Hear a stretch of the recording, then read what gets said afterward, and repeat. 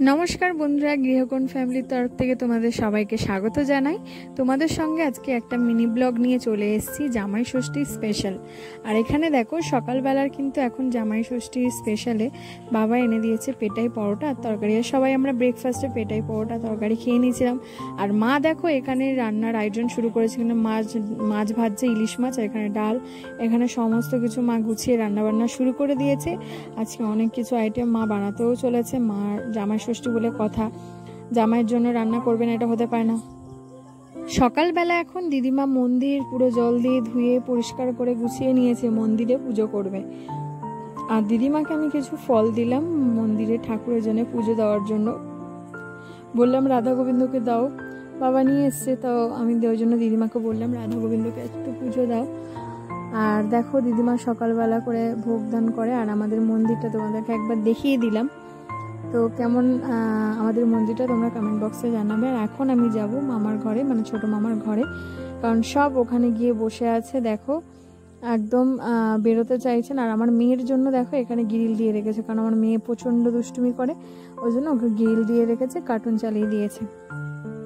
আর এখন একটু পরে আমাদের দেখো এখানে চলে এসছে আমাদের রেজিস্ট্রি, যে আমাদের যে রেজিস্ট্রি করবেন উনি চলে এসছে। আর এখন আমরা এখানে সমস্ত কিছু ফর্মগুলো ফিল আপ করছি। আর দেখো রান্নার কি কি হয়েছে তোমাদেরকে দেখিয়ে দিলাম একবার। ভাত, আর মা এখানে তো 5 রকম ভাজা করে নিয়েছে। আর এখানে দেখো ইলিশ, সর্ষে ইলিশ আছে, আর মালাইকারি করেছিল চিংড়ির, আর করেছিল মাটন কষা। আজকে মেনুতে এগুলোই ছিল, আরও মিষ্টি দই এগুলো তো ছিলই। আর দুপুরবেলা থালি দেখো জামাইকে সাজিয়ে দেওয়া হয়েছে পুরো। এইটার জামাইয়ের স্পেশাল থালি এটা, মা আজকে আমার মা নিজের হাতে রান্না করে সাজিয়ে দিয়েছে।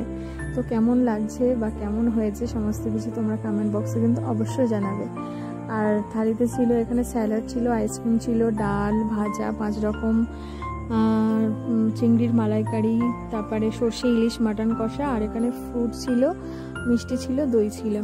তো ভালো করে জামাই ষষ্ঠী খাওয়া দাওয়া সেরে দেখো বিকালবেলা একটু চলে গেছিলাম, গাটা ধুয়েছি, খুব গরম লাগছিল, গা ধুয়ে চলে গেছিলাম ছাদের ওপরে। ছাদের ওপরে প্রচণ্ড হাওয়া দিচ্ছিল, একটু ছাদের ওপরে কিছুক্ষণ ঘুরছিলাম। আর বাইরের চারিদিকের ভিউগুলো একটু দেখছিলাম, খুব ভালো লাগছে, সবুজ পুরো। আর একটু সন্ধে হয়ে এসছে, ওই জন্য অতটা বোঝা যাচ্ছে না। তো বন্ধুরা আজকের ভিডিওটা কেমন লাগলো অবশ্যই জানিও। ভালো লাগলে কিন্তু লাইক কমেন্ট করে দিও, আমার চ্যানেলে সাবস্ক্রাইব করে দিও যদি নতুন সদস্য হয়ে থাকো। আর তোমাদেরকে একটা কথা বলি, আমাদের গাছে কিন্তু কদবেল হয়েছে, চলো তোমাদেরকে আমি দেখাই আমাদের গাছে কীরকম কদবেল হয়েছে, খুব ভালো লাগছে দেখতে। আর আমার তো মনে হচ্ছে পেরে খেয়ে নিই, কিন্তু কিছু করার নেই, এখন তো ছোটো।